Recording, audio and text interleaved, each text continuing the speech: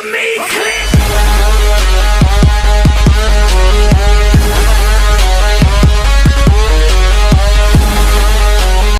Hello everyone, mayam ngasi mukbang video ang puduna sare. Ngasi tawjagati mukbang je chicken ne, ado chicken leg selai re adu duga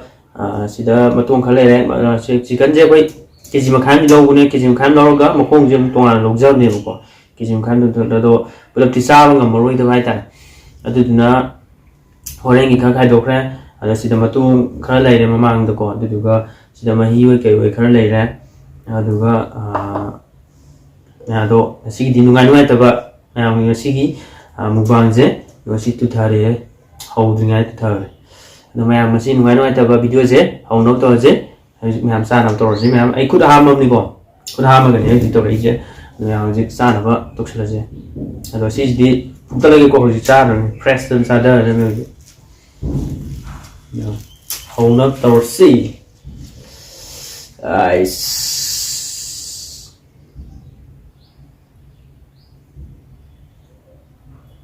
sai thamage jinju sai thamage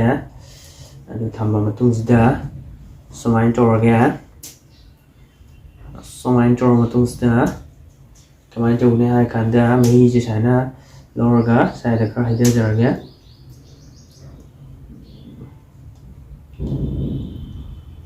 sai kar haida jare mayam juga hal jadi mayam aku jangan horong ya aku jangan itu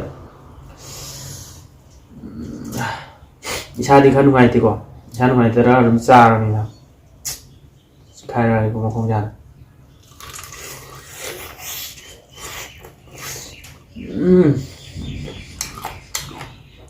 nyala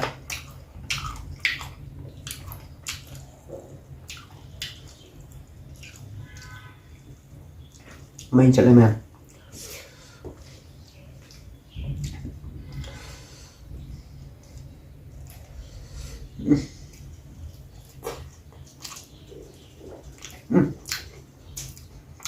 wow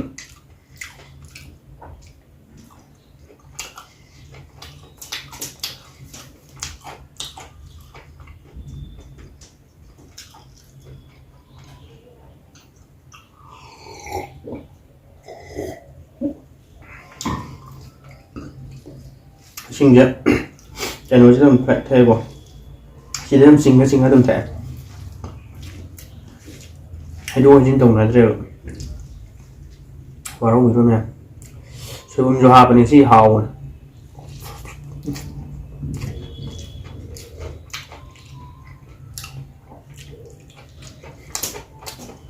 sự nhà một hấp đâu rồi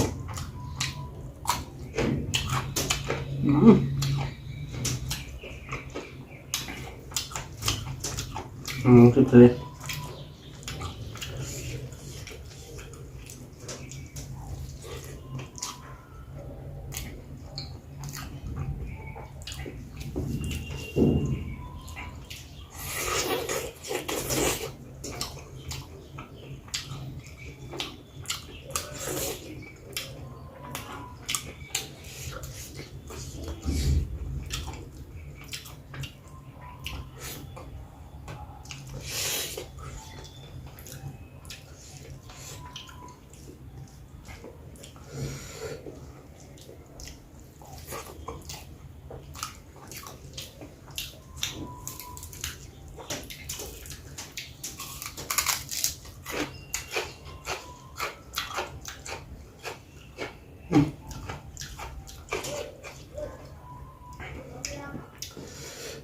mít cay hay gì nhỉ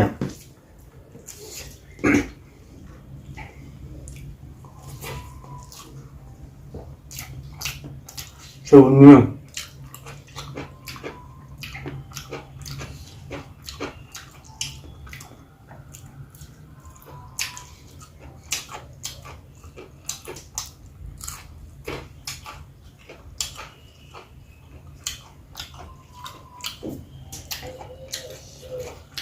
khác rồi.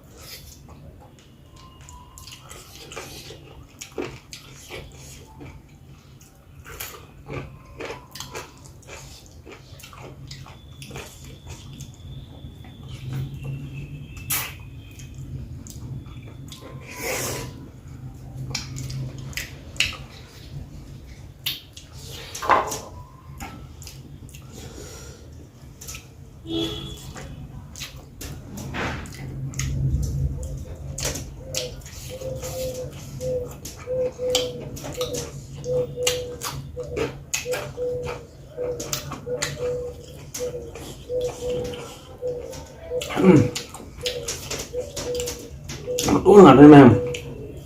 em này mà không tập chả mà đúng mình học trong mà đúng là khăn lọc này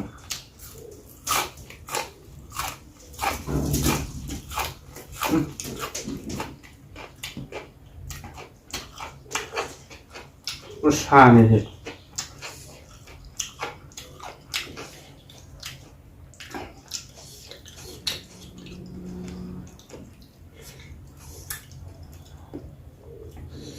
chỉ muốn ngắm mùi thuốc untuk selesai em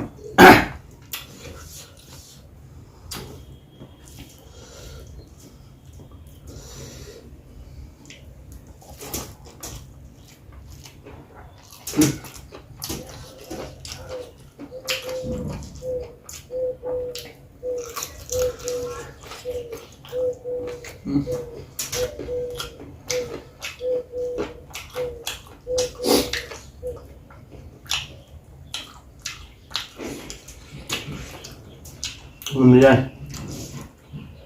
điện thùng nó sườn hòa với dân hầu ra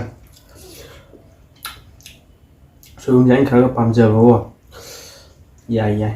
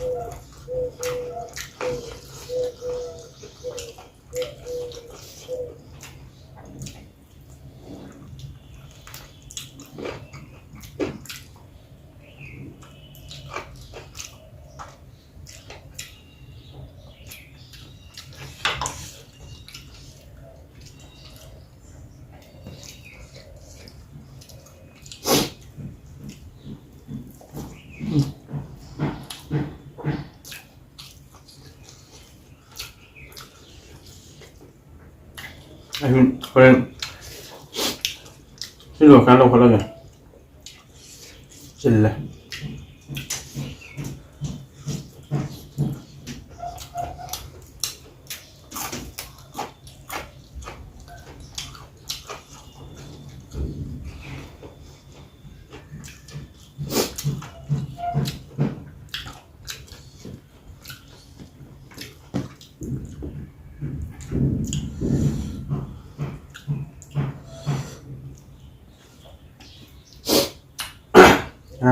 mấy cái này chị hay sẽ là cái con mèo tốt quá rồi sao sửa lại ra đi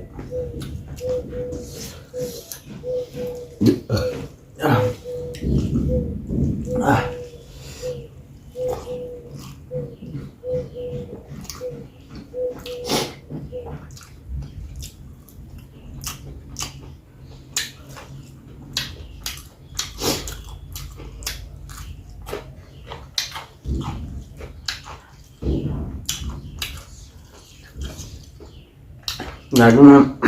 luộc trong tùy nước và ra sẵn lẻ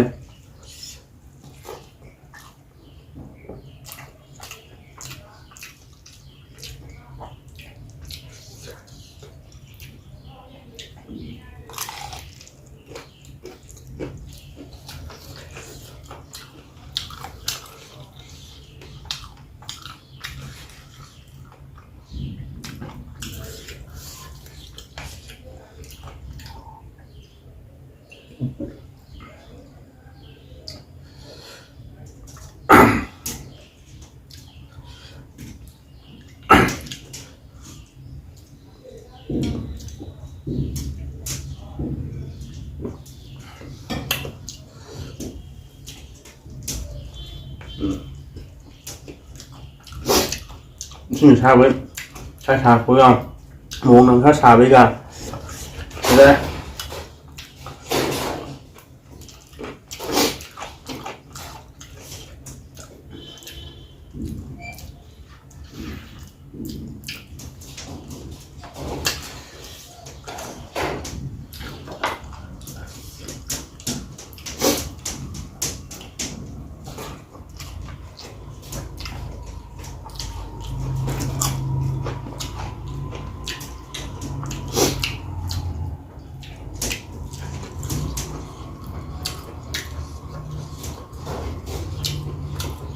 Xin ngâm đúng ăn rồi.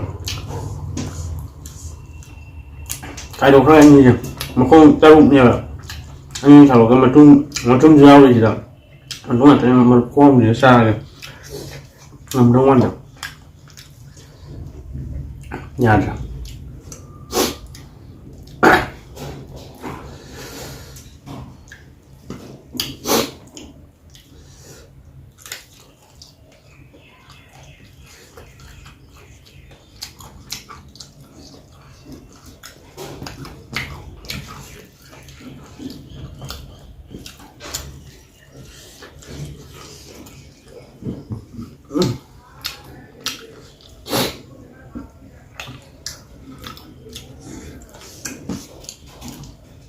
Ngày Nga đổi điện sai thì mém sang ở đâu còn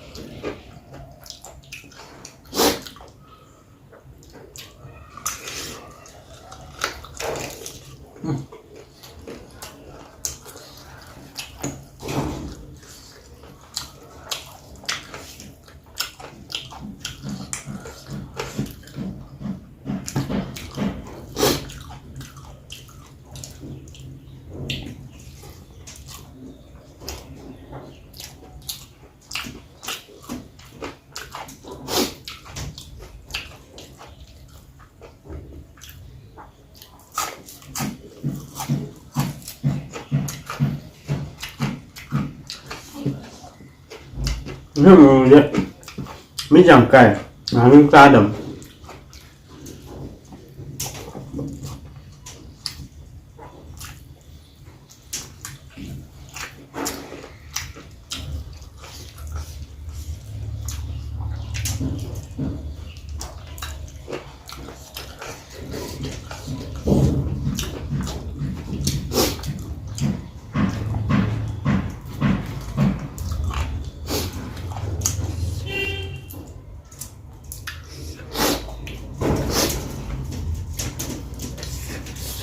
dạ ra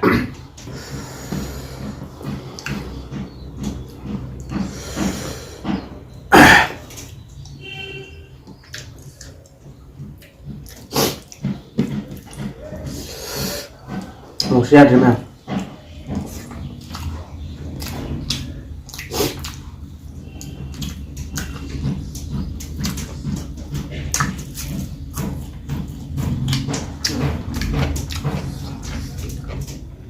luộc cái tủ bây giờ thằng này em chú là thằng gì này rồi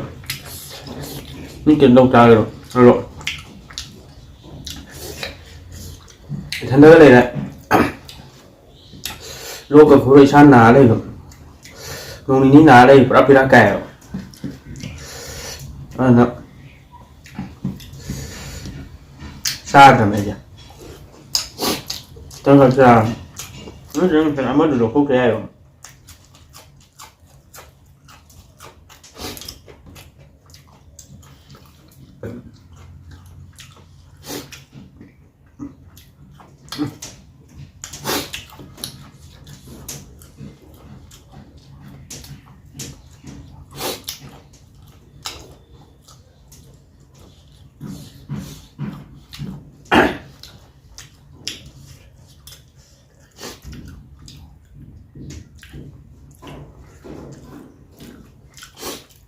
Đây này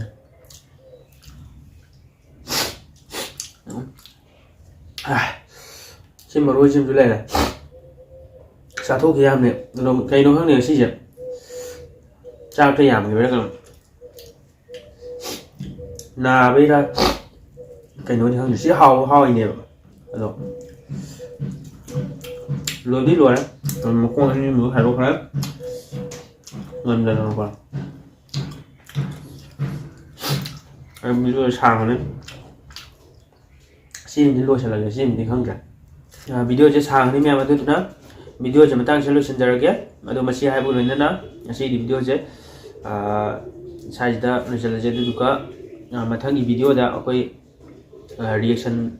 ทางเราคุยใจมาทั้งเดียวมาทั้งอีตัว reaction มาทั้งตัว reaction ทางเราคุยดูก็มาทั้งอีตัวมุมวางทางเราคุยก็อันนั้นเราก็ให้มุมทางกันเราก็อันนั้นไม่ทางกันที่ตัวในวิดีโอจะอันนั้นแม่mẹ like share subscribe am sung comment tàu cọc xin mi cái nó share cái lần nữa cái gì mẹ đagi cái này là mẹ thằng chơi mà share cái bye bye